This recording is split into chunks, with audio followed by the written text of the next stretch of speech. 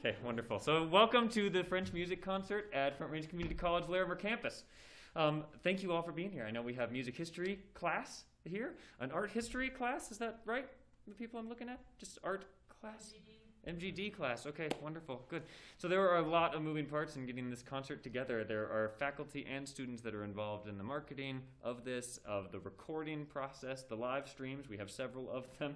Mics were set up by recording arts students, and of course we have music students that did program notes, or some of them are going to speak in front of us today, and some students that are going to have to watch this recording or that are here today for my piano class and theory classes that are going to do some analysis projects on these after the fact. So this will be a cool recording to have in our database on D2L so that people can use it later, and I'm just thrilled that this is the beginning of hopefully something great that we can take many steps forward with. So today, the whole purpose of this with a French concert to try and have a nice marriage of visual art as well as performing art, and then all of the behind-the-scenes things that go with putting on a concert, so involving students and faculty in that way. And so what you guys are going to hear today are four different composers, so four different kind of stylistic characteristics when it comes to French music. And we're gonna start here, Leslie and I, with a piece by Debussy. And if you ask any musician, especially a pianist, who's the first French composer that comes to mind, Debussy is the one that comes to mind. So this is very characteristic of kind of a French visual art culture called Impressionism, which many of you have heard of before. And an Impressionism in terms of the visual art, if you just Google impressionistic painting, you will see that it's a lot more kind of vague and nebulous, not nearly as direct as some of the other visual arts that we've seen.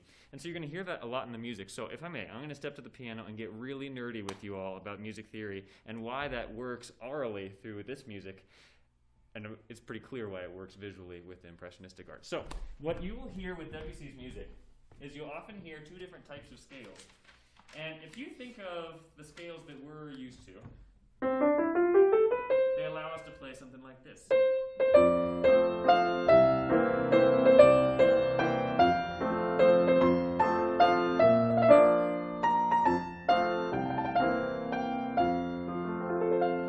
And in that major scale that we're used to from Western culture, there are lots of these half steps and whole steps and different types of intervals that want to resolve a certain way.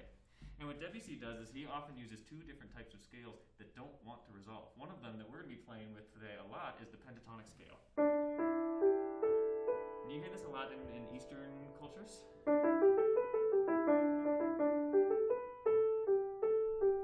The beautiful thing about the pentatonic scale is I can end on any note and it sounds like the end. Doesn't matter which one. Because all of the intervals based in the pentatonic scale are based on open fifths. Don't tend to want to resolve. So you get this kind of nebulous feeling from it. So it's really cool that we have a very, very consonant interval, a very open one, and because we're using it so much, I can end anywhere.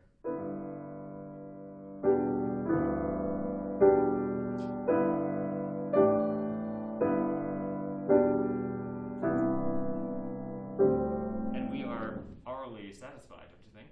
It's pretty cool how you can do that. So when you're done with this concert, I hope you will look up some French visual art and see how that kind of nebulous idea, less direct, is tied in between this visual arts and the performing arts, as I have said many times. Okay, so anyway, without further ado, you will hear that in this piece. You're going to hear a whole tone scale in the last piece, but this is kind of a good framework to start with for French culture. And then we'll hear another piece that Tessa is going to sing that is from Creole culture, and then another one that is a little bit more romantic by Fauré. So anyway, I'll welcome Leslie and we'll start playing.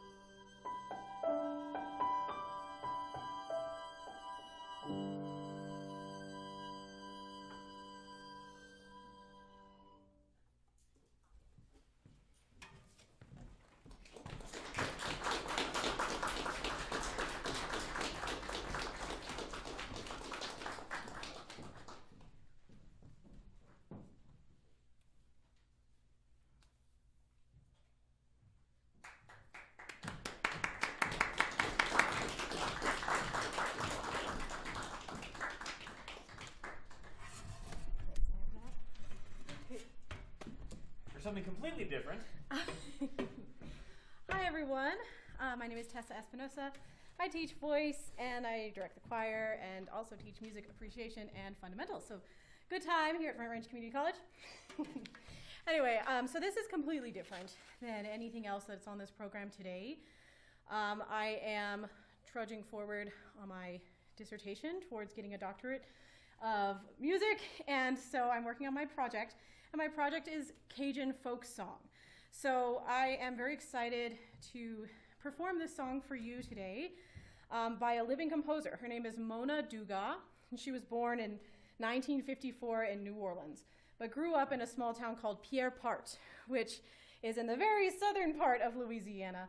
Very Cajun, where you'll find the best food. And yes, do you have a question? There's a town called Scott, Louisiana. Uh-huh. Pretty much everyone there is my cousin. Oh, really? I know where Scott is. That's cool. Everyone there. Yeah, so this is a project that's close to my heart because my family, my mom's side, is from Pierson. They grew up there.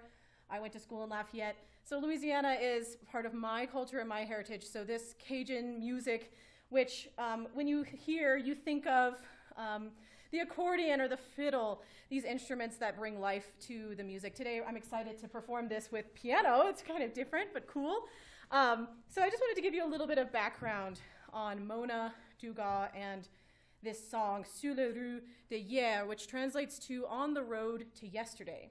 So Mona, like many children growing up in southern Louisiana at that time, was not allowed to speak French in school.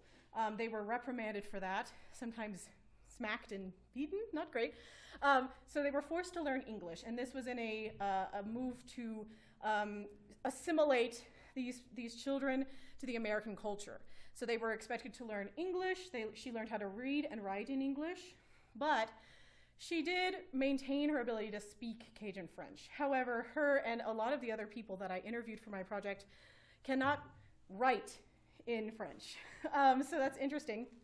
But let me go on here. So another cool thing about Mona in particular is that there are not a lot of women in Cajun music. So this goes back to a time where women were not allowed to sing in public. The only time they were allowed to sing were for weddings or funerals. So it was mostly a male-dominated genre, and it still kind of is. So Mona Dugas' music is important to me as well because I think it's important to highlight minorities within this musical genre. So this music that you're going to hear today is just one of the songs. Has very simple chordal accompaniment. Many of you who play piano would be able to play the chords in this if you could give us, yeah. It's very simple. Thank you. And then the melody over top is also relatively simple, swung eighths. That's pretty traditional of a lot of folk music in general. And the themes of Cajun music tend to be love, loss. But in the case of this particular song by Mona Dugas, a lot of her music is nostalgic. So On the Road of Yesterday is about her family growing up in their small house in Pierson with 5 other siblings and seeing her mother cooking in the kitchen, seeing her father gathering moss, because that was actually one of the big jobs for people in Pierson in that time, were to actually gather moss from trees. They used it for roofing, yeah. So my family also were moss pickers growing up.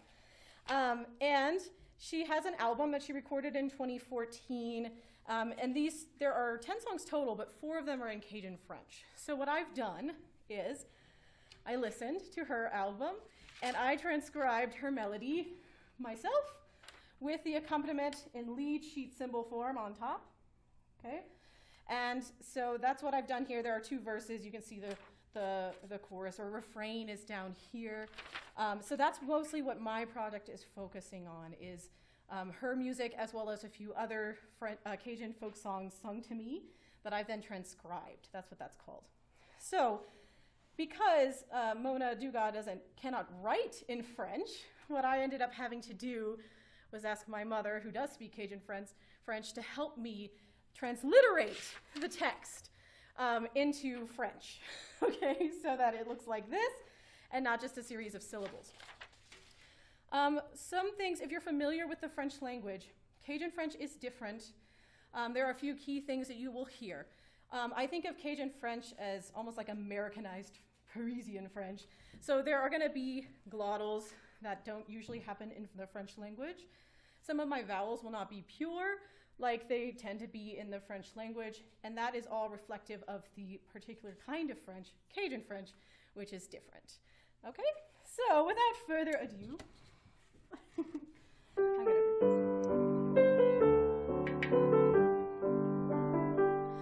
Après garder sur le chemin de ma vie, je vois la rue, on restait sûr, qu'on restait sur la rue derrière. Dans mes yeux, dans mon cœur, c'est si frais. Les mémoires, je tiens si près. Les mémoires, je tiens d'hier. Sur la rue d'hier, je vois mon père travailler dans la mousse, travailler. Sur la rue d'hier, je vois ma mère éparer les couvertes sur la barrière.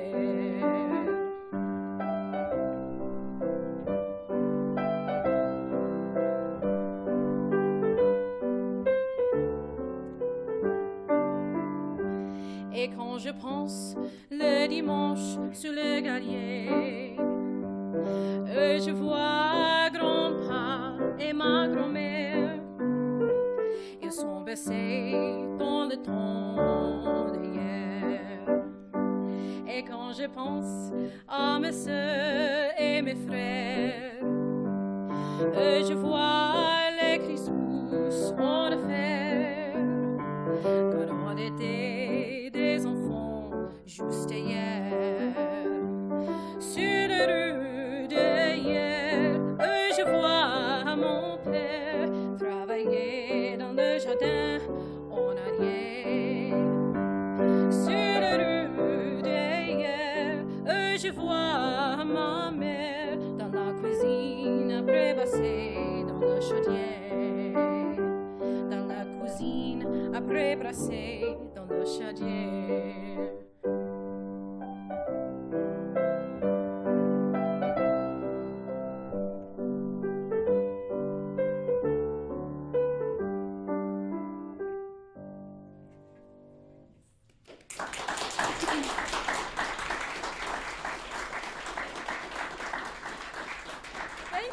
You are the first people to hear that performed by anyone other than the composer, so yay you!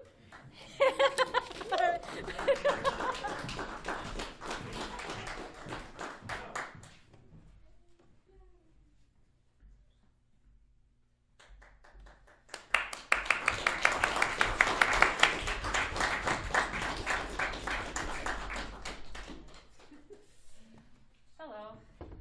You know how Jesse was trying to be all cool and talk about scales before? Yeah.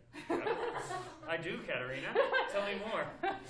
And you know how he said that we're going to hear a lot of pentatonic and whole tone scales? Yeah, we're not going to hear those in this piece. This is a very romantic, late romantic piece, and we're just going to hear a pretty straight E-flat major throughout.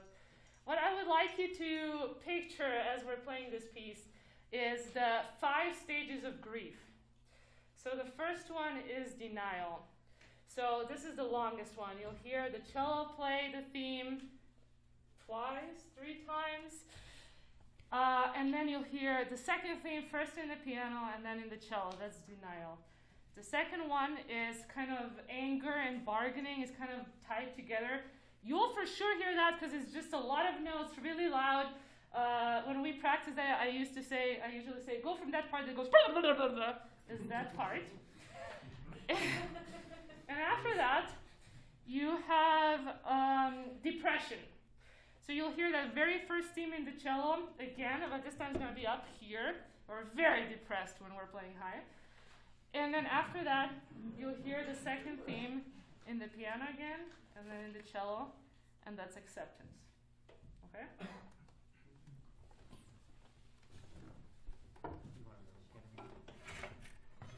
No, I think.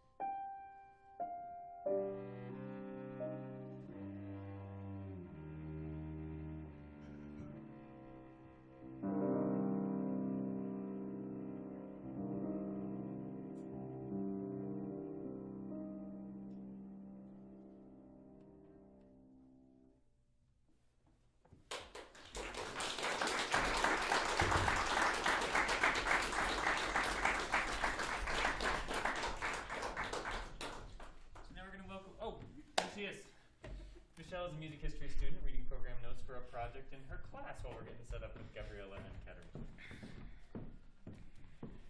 Hello, my name is Michele. The next piece we're listening to is Lily Bollinger. She composed D'un Soir Triste at age 24. She passed away shortly after writing this piece. D'un Soir Triste, translated to Of a Sad Evening. According to her sister Nadia Bollinger, she wrote this piece as like a goodbye letter because she passed away shortly after writing it. This piece was originally written for violin. Today they're going to be playing flute as the violin piece. This piece is kind of like a story with a beginning, middle, and an end. The main theme is at the beginning and the end of this piece. In the middle, you'll hear cannons and a funeral march. There is a conversation between the instruments that I really enjoy listening to. And yeah, this is D'un Soir Triste.